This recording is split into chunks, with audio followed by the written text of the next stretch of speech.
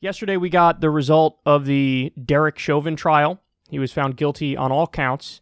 I believe it was murder in the third degree, murder in the second degree, and maybe manslaughter in the first, something along those lines. Keith Ellison did a fantastic job in this case. He was the prosecutor. And it is very, very, very rare that cops get found guilty. So this really is a testament to the great work done by Keith Ellison. It's also a testament to the bystander who recorded the video. If we didn't have that video, I don't think anything would have happened in this case. I don't think Derek Chauvin would be behind bars.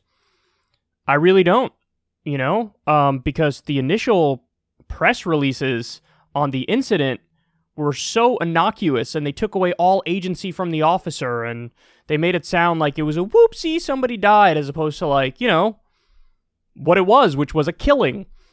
So this is the best result we could have hoped for given the tragic situation.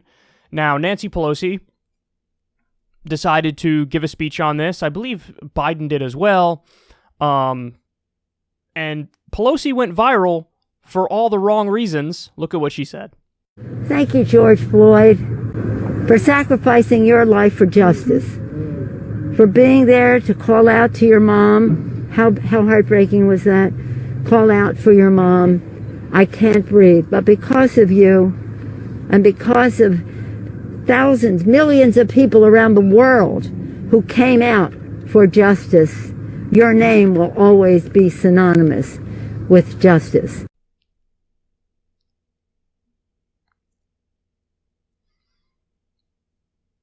Come on, son. Come on, son. How do you not know you can't say that?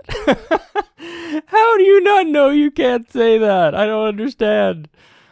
Don't get it twisted. Do I think her intentions are pure? She's trying to give this high-minded speech with soaring rhetoric about how much she's on the side of justice and how bad the police officer was. Yeah, that's what she's trying to do.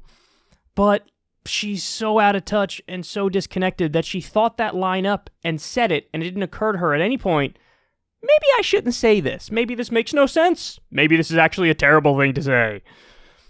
I think potentially she wrote a speech, and potentially she ran that by her staff, and her staff must be so packed full of yes men and yes women that they hear that and they're like, nailed it. I think you should say exactly that. And that's astonishing to me. It's astonishing to me. And this is a thing that happens all the time with powerful people, is they surround themselves with yes men and yes women, and they don't understand the real value of having a dissenting opinion in the room. And so then you get this. You get Nancy Pelosi thanking George Floyd for sacrificing his life for justice. He didn't sacrifice his life. His life was taken from him. He was murdered. And Ron Yakolik made a great point about this. He wasn't sacrificed for justice. His life being taken away was like peak injustice. If we could talk to George Floyd, pretty sure George Floyd would say, I should be alive today, and no, I wouldn't sacrifice my life for that. Not at all. And, now I'm seeing articles that say Democrats and Republicans behind the scenes are breathing a sigh of relief at the verdict, because now they say, I'm not kidding about this, it takes the pressure off of us having to do criminal justice reform.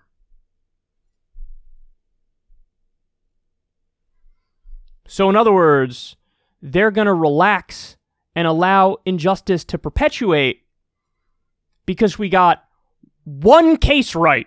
I said this yesterday in my breaking news segment on this, but I can only remember one other case where the cop was found guilty.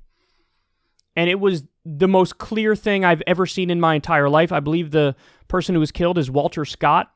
He basically turned around and ran away from the officer. The officer slowly but surely pulled out the gun, set up, and murdered him by shooting him in the back as he was running away. That officer was found guilty. Outside of that, I don't remember any of them being found guilty, even in incredibly egregious cases like Eric Garner, for example. So, 2% of the time we get the proper result, and they're like, yeah, He sacrifices life for the cause of justice. Everything is good now. Everybody go home. No, nothing to see here anymore. We're all done. We're all set. As if there's not way more to do with criminal justice reform. You know, I mean, this isn't even criminal justice reform. This is just one case of the justice system having the better result. You know what I mean? Like, there's still what you want to do. There's a number of things you want to do, and we can't go through them all in this segment because time constraints, but you want to do serious systemic police reform. It might be time to have the conversation about maybe officers not having firearms on them. You know, maybe they just have it in their vehicle and they only take it out when there's a report of an active shooter. Maybe they should have only non-lethal stuff on them. Maybe you should have a situation where, this isn't a maybe, this is a definitely, end the drug war, which is basically the thing that allows the police to act as an occupying army in many urban neighborhoods. You know, it gives them the ability to over-police, to shake people down. Nobody should be in jail for nonviolent drug offenses. So you should legalize, tax, and regulate drugs. You should free every single nonviolent drug offender, by the way. You need independent prosecutors, civilian review boards, serious limits on the military-grade equipment going to police officers. I mean, you really got to start from the ground up type stuff, you know? And instead, they view this as like, oh, thankfully now we don't have to do that. Because it was the better result in a situation that should have never even happened in the first place. George Floyd should be alive. But Nancy Pelosi's takeaway is, thank you, George Floyd, for sacrificing your life for justice, for calling out for your mom. Oh, God. Nancy. But, you know, nobody should be surprised because this is the Democratic Party now. They'll do the kente cloth kneeling, all the symbolism in the world.